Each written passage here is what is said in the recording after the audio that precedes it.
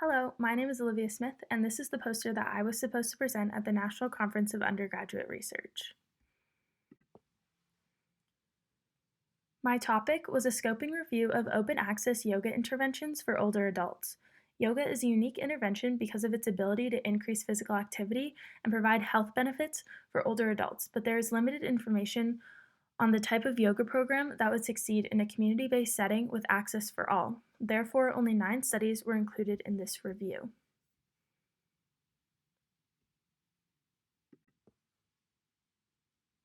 I'm going to start with a little bit of background. Yoga was defined by its 3 yoga kernels: movement, breathing, and meditation. Older adults were the focus of this review because by 2030 they will comprise almost 19% of our population, but only 17% of this age group will meet the daily physical activity guidelines, which state that 150 minutes of moderate to physical activity should be completed per week. Each of these articles was evaluated by the REAIM review system. REAIM stands for Reach, Effectiveness, Adoption, Implementation, and Maintenance. Before any papers were collected, eligibility criteria was created. All studies had to be US-based yoga interventions, all participants needed to be 60 years of age or older, and each study needed a measured physical activity outcome.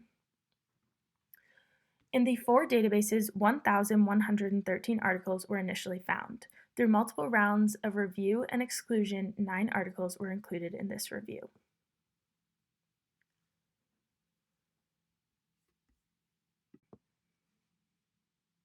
The results.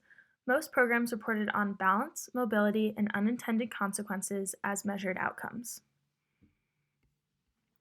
The total amount of time spent on breathing, movement, and meditation throughout the duration of these programs was 40 minutes for breathing, 328 minutes for movement, and 67 minutes for meditation.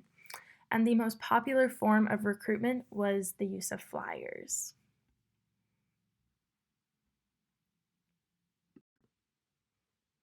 Participants were primarily Caucasian women, and the average age was 74 years old. The average intervention was 11 weeks long with 2 classes per week and 32 participants per class. The average attendance in the treatment groups was 75%, and the attrition rate for the programs was 19.1%.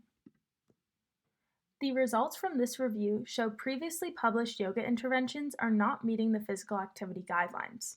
This conclusion will inform future yoga intervention practices to meet the physical activity guidelines for older adults.